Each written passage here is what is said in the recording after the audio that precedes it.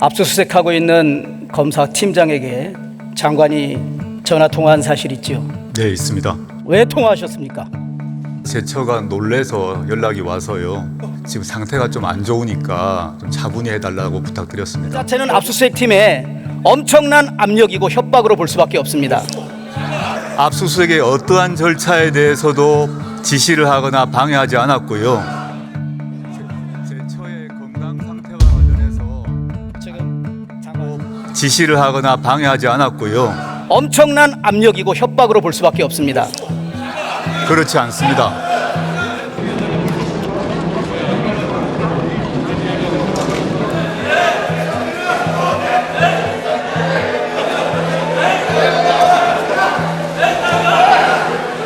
국민들의 열망인 법무부 혁신과 검찰 개혁의 무거운 소임을 완수하기 위해서 최선을 다하겠습니다. 많은 도움 부탁드립니다.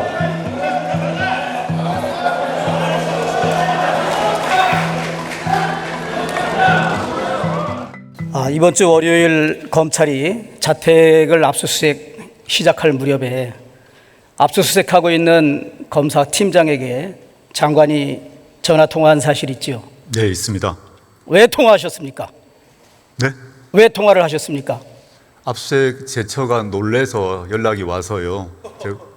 놀라서 연락이 왔습니다. 압수수색 당했다고요. 그래서 지금 상태가 좀 안 좋으니까 좀 차분히 해달라고 부탁드렸습니다. 그러면 장관은 압수수색 시작하기 전에 처의 연락을 받고 압수수색 팀장을 맡고 있는 검사와 장관이 통화를 한 사실을 인정하시는 거죠? 아닙니다. 압수수색이 시작되고 난 뒤에 검사분이 집으로 들어오고 난 뒤에 그 상태에서 제가 제 처가 상황을 알고 압수수색이 들어왔다는 얘기를 연락을 주었습니다.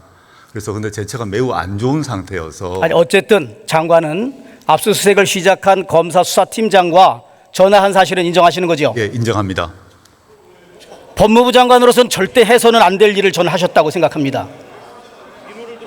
그렇지 않습니다. 제 처가 매우 안 좋은 상태라서 좀 배려를 해달라고 말했습니다. 잠깐만요. 네. 저는 지금 깜짝 놀라고 있습니다.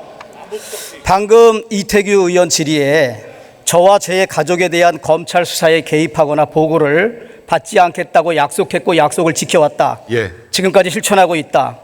방금 이거 거짓말하는 겁니다. 아니, 거짓말 아닙니다. 이것은 잠깐. 제 처가 매우 정신적, 육체적으로 안 좋은 상태여서 좀 안정을 찾게 해달라고 부탁을 드렸습니다. 압수수색에 대해서 어떠한 방해를 하거나 압수수색 진행에 대해 지시를 한 바가 없습니다. 그것은 장관 생각이지요. 압수수색을 해서 장관의 자택에 들어가서 압수수색을 시작하고 있는 검사 수사팀장에게 법무부 장관이 통화를 하면서 이런저런 얘기를 했다. 그 자체는 압수수색 팀에 엄청난 압력이고 협박으로 볼 수밖에 없습니다. 그렇지 않습니다. 압수수색의 어떠한 절차에 대해서도 지시를 하거나 방해하지 않았고요. 제 처의 건강 상태와 관련해서 지금 장관님, 네, 지금 2,000명이 넘는 검사가 이 대정부 질문을 보고 있고 국민들도 보고 있습니다. 검사들의 인사권을 가지고 있고 검사들의 지휘 감독권을 가지고 있는 법무부 장관이 자신의 집을 압수수색하는 검사 수사팀장하고 전화를 했다는 사실, 이 자체는 불법입니다. 사실. PPT 다음번 띄워봐 주십시오. 국민이 판단하니까 들어보세요. 일단 검찰청법 제8조에 의하면 구체적 사건에 대해서 총장만을 지휘할 수 있습니다. 우리 장관은 다른 사람의 사건도 아니고 자신의 사건, 그리고 가족에 대한 사건을 수사하기 위해서 압수수색하는 수사팀장에게 직접 통화를 했다는 사실은 지휘하지 않았습니다. 사건 지휘를 하지 않았습니다. 제 말을 들어보세요. 왜 묻지도 않은 말에 검찰청법의 정면으로 저는 위반되는 사항이라고 봅니다. 자, PPT 다시 띄워봐 주세요. 이것은 직권남용해서 권리행사 방해한 것입니다. 압수수색을 하는 검사의 권리를 인사권과 지휘감독권을 가진 장관이 전화했다는 그 사실만으로 직권남용죄에 해당됩니다. 동의하기 매우 힘듭니다, 의원님. 장관은 동의할 수 없지만 전국에 2,000명이 넘는 검사들의 절대 다수는 장관이 분명히 형사처벌을 받아야 된다. 그리고 이것은 헌법 65조에 의한 탄핵 사유입니다. 각부 장관이 직무집행을 함에 있어서 헌법이나 법률을 위반할 때에는 국회는 탄핵 소추를 할 수 있습니다. 처음에 동양대 총장하고도 통화했지요. 네. 그러면서 계속 이 사건 자신과 가족에 대한 수사에 일처 개입하거나 관여하지 않는다는 말, 국민 상식으로는 도저히 납득할 수가 없는 일입니다. 수사팀 중에 어느 누구가 저에게 보고를 하고 있는지, 저로부터 지휘를 받은 사람이 있는지 밝혀주시면 감사드리겠습니다. 저는 지금 이런저런 얘기를 듣고 장관한테 혹시나 전화했을 리는 없다라고 해서 내가 물어봤더니 장관이 통화한 사실을 인정한 겁니다. 저는 전국의 2,000명 넘는 검사들은 압수수색하는 검사한테 장관이 전화했다는 사실만으로도 나는 경악하리라고 생각합니다.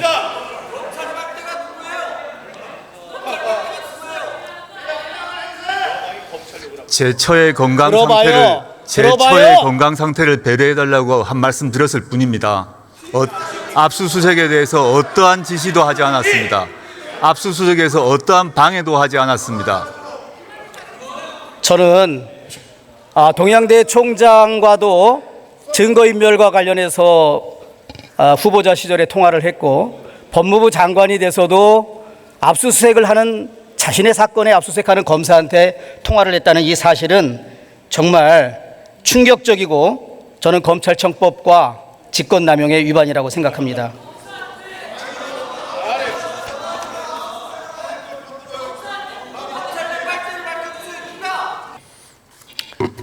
검찰은 조국 장관 후보자가 지명된 지 18일 만에 최소한 20곳 이상의 전방위적인 압수수색을 단행했습니다. 고발이 접수된 지는 8일 만이었고 국회는 청문회 일정조차 협의하지 않은 시점이었습니다. 총리께서는 지금까지 검찰의 수사가 이렇게 진행된 적이 본 적이 있으십니까? 예, 굉장히 이례적이고 굉장히 규모가 크고 좀 요란하다고 느끼고 있습니다. 예. 이후로도 검찰은 전광석화와 같은 수사를 전개했습니다. 그 이유는 장관으로 임명된 후에는 수사가 어렵기 때문이라고 했습니다. 그런데 장관으로 임명된 후에도 검찰은 파죽지세로 수사를 하고 있습니다. 이 같은 검찰이라고 하면 국회 인사청문회가 끝나고 수사를 했어도 충분했다고 저는 생각합니다. 검찰의 강제 수사로 인해서 국회의 검증 권한도 대통령의 임명권도 흔들렸습니다. 총리님, 이쯤 되면 국민들은 이제 법무부 장관을 검증하고 선택하는 권한이 누구에게 있다라고 인식하시겠습니까? 예, 청문회가 예정된 청문회 일정을 잡으려고 하는 시점에 벌써 강제 수사에 들어갔다는 것, 그리고 그것이 임명 과정에서 벌어졌다는 것 때문에 국회의 검증과 대통령의 인사권에 영향을 줄 수도 있었다라는 우려를 가지고 있습니다. 저는 이번 수사의 향방이 어떻게 이루어지든 간에 그에 대한 결과적 책임은 검찰이 결코 자유스럽지 못하다 하는 생각을 갖고 있습니다. 이명박 정부, 박근혜 정부 때 제가 인사청문회를 많이 했는데요. 그때 부동산 투기 유장전이 병역비리, 세금 탈루 등 후보자 본인에 대한 의혹이 직접적으로 제기된 수많은 경우가 있었습니다. 그런데 형식적인 청문회만 거친 채로 대부분이 다 임명이 되었습니다. 어떤 경우에도 청문회조차 하기 전에 의혹이 제기했다는 여로 수사에 착수한 적은 지금까지 단 한 번도 없었습니다. 심지어 황교안 전 총리 후보자는 청문회 당시에 변관 변호사 시절에 특별 3인 노비 의혹이 불거져 고발 조치를 당했는데 검찰은 추측성 의혹에 불과하다며 각하를 해버린 적이 있습니다. 불과 2년 전에 온 국민을 공분케 했던, 그래서 결국 정권교체마저 초래했던 국정농단 사건, 사법농단 사건도 저는 이 정도는 아니었다고 생각합니다. 잠시 표를 봐주시기 바랍니다. 검찰이 국정농단 특검 수사 70일 동안에 집행한 압수수색 영장은 대략 46건이었습니다. 또한 사법농단 수사 개시 75일간 집행한 영장은 약 23건에 불과했습니다. 그런데 개인 한 사람의 비리를 캐겠다고 불과 하루 만에 30곳 이상, 한 달 남짓 31일 만에 70여 곳 이상 납수한 것으로 지금 언론에 보도가 되고 있습니다. 심지어 강제를 수사한 지 한 달이 다 되어가는 시점에 사상 초유로 장관의 자택을 처와 자녀가 있는 상태에서 11시 넘게 먼지털이씩 압수수색을 했습니다. 그 다음 표를 봐주십시오. 국정농단 특검도 20명이었던 수사검사가 이번에서 최소로 제가 계산해도 21명 이상 투입된 것으로 알려져 있습니다. 국정농단, 사법농단 같은 국가적 게이트 사건에 투입된 검사들보다 더 많은 검사들이 한 사람의 개인 비리를 수사하는 데 투입된 것입니다. 이는 검찰이 어떠한 이유를 대도 표적 수사라는 의혹을 갖기에 충분하다고 봅니다. 총리님, 이것이 우리 수사가 지키는 수사의 비례성, 최소한의 형평성을 갖췄다고 보십니까? 저의 의견을 말씀드리기보다는 어제 나온 여론조사를 보면 이번 수사가 과도했다는 의견이. 자, 장관께서 지명된 이후로 검찰과 언론의 십자포를 맞고 있으니까 사람들이 저한테 이렇게 얘기해요. 야, 꼭 조국 의원이 하느냐. 그래서 저는 이렇게 물었습니다. 그러면 꼭 조국이 아니어야 하는 이유는 뭐냐? 라고 질문을 했습니다. 본 의원은 법무부 장관이 조국이어도 검찰개혁은 계속되어야 하고 조국 장관이 아니어도 저는 검찰개혁은 완수되어야 한다고 생각합니다. 왜냐하면 검찰개혁은 우리 국민에 대한 우리 정치권에 대한 요구이지 여야를 떠난 시대적 사명이지 장관이 누가 하느냐 마느냐는 문제가 아니라고 생각합니다. 이대 장관 소신은 어떠십니까? 저는 의원님 말씀에 전적으로 동의합니다. 저는 검찰개혁, 법무혁신을 위한 도구에 불과하다고 생각하고요. 제 쓰임이 있을 때까지 쓰일 뿐이라고 생각합니다. 그 후에 그 쓰임이 다해져서 어느 누구도 되돌릴 수 없는 그런 계획을 이루고 나면 저의 쓰임은 다 사라질 것이라고 생각합니다. 자, 장관께서는 지금 그러한 시대적 소명을 안고 검찰개혁을 수행해야 하는 법무장관으로서 무게를 감당하고 있으리라고 생각을 합니다.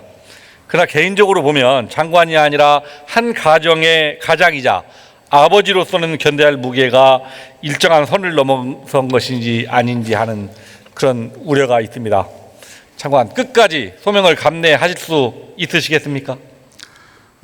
개인적으로는 배우자나 자식들이 겪는 고초를 아무 특별한 조치도 할 수 없이 또 방어도 할 수 없는 상태에서 지켜보기만 해야 된다는 점이 고통스럽습니다. 그렇지만 그건 개인적 고통이고요. 제가 법무부 장관으로 임명된 이상 제가 할 수 있는 일을 매일매일 다 해서 최선을 다하도록 하겠습니다.